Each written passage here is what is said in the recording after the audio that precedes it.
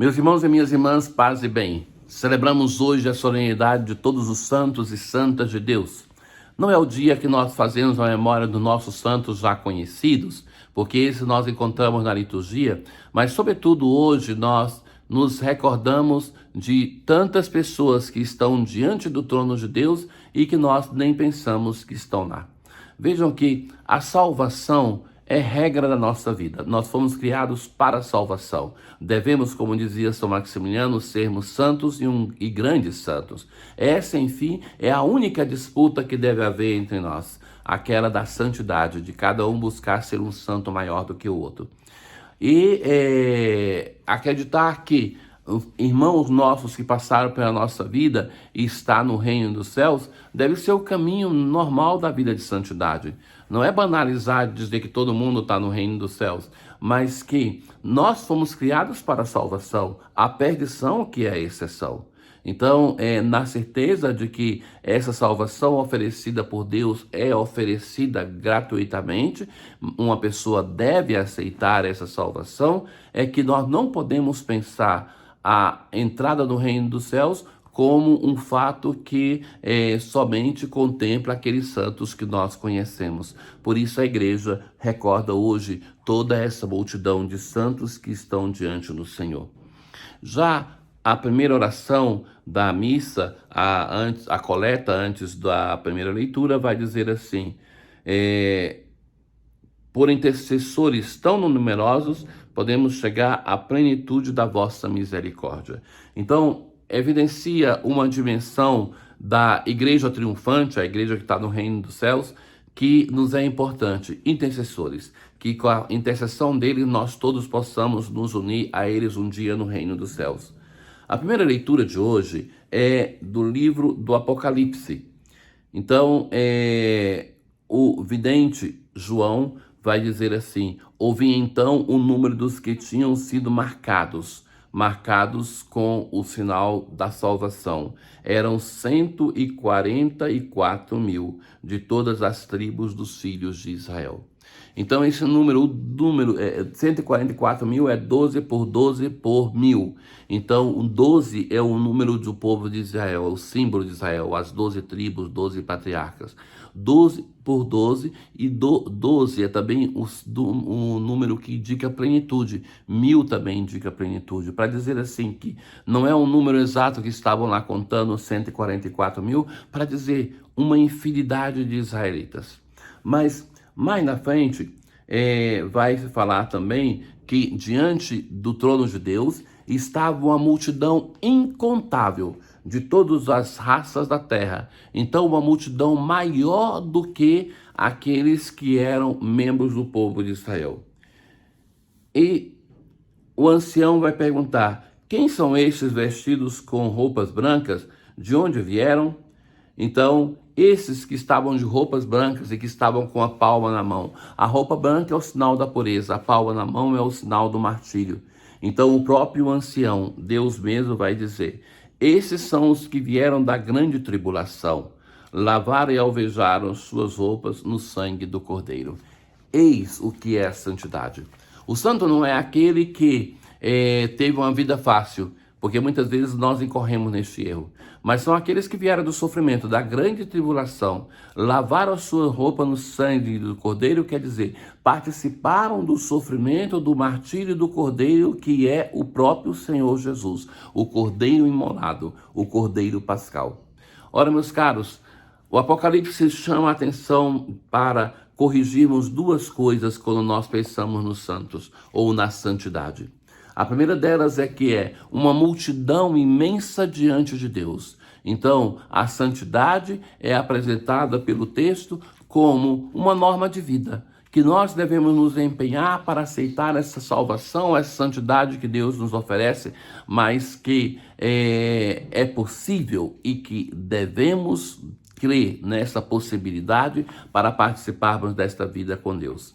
Segunda coisa, Os santos são aqueles que vieram da tribulação, que tiveram dificuldades, suplício. Quando a gente vê a vida do santo escrita por ele mesmo, a gente chega a essa convicção. Pessoas que tiveram uma grande dificuldade, que não tinham uma grande imagem de si como grandes santos, mas que participaram da salvação, que é lavar as vestes no sangue do Cordeiro.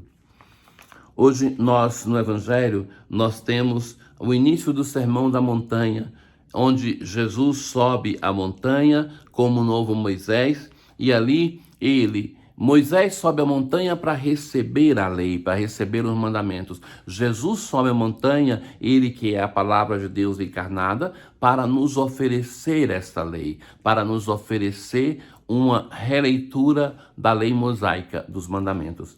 E Jesus vai dizer por 9 vezes a expressão que se traduz também por felizes, mas aqui temos bem-aventurados.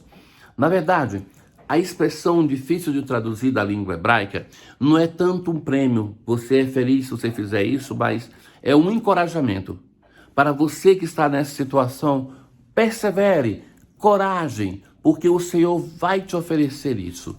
Então, bem-aventurados os pobres em espírito, porque deles é o reino dos céus. Coragem, você que é pobre de espírito, persevere, porque de você é o reino dos céus.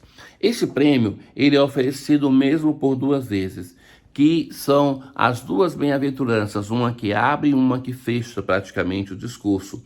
Bem-aventurados que são perseguidos por causa da justiça, porque deles é o reino dos céus.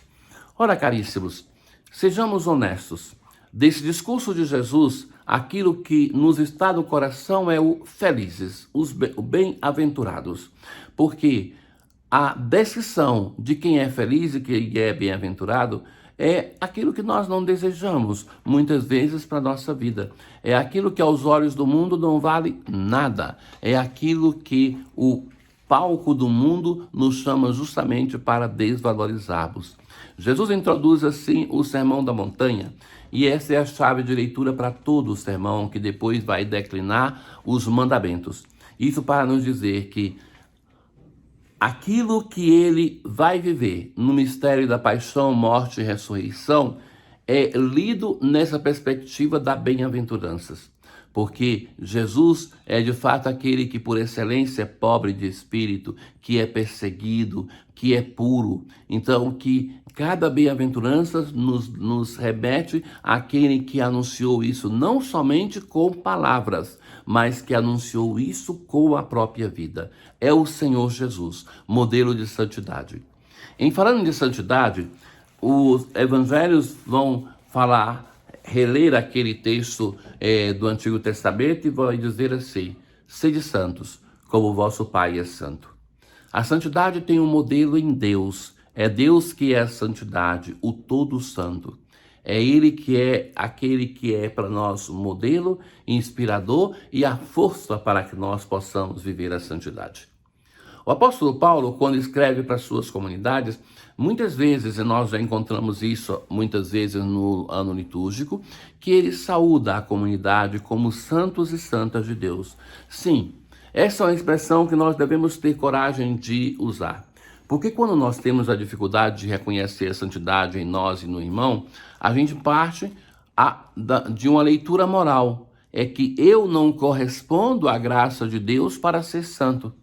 Quando o apóstolo Paulo chama as comunidades de santos e santas, ele chama a partir da ação do Espírito de Deus naquela comunidade. E o que é maior, a ação de Deus ou a nossa? Naturalmente, é a ação do Espírito Santo de Deus, que é muito maior e que faz com que nós sejamos povo de Deus, povo santificado pelo sacramento do batismo e pelas tantas outras graças que nós de Deus recebemos, tantas por intermédio da Mãe Igreja. Hoje, meus irmãos, a liturgia nos chama a olhar para esses modelos de santidade, a estarmos diante da misericórdia, do amor de Deus e buscarmos uma vida santa. Os textos da liturgia de hoje, a Eucologia, eles vão dizer assim: certos de que eles já alcançaram, os santos, a imortalidade, já estão com Deus. esperamos sua intercessão contínua pela nossa salvação.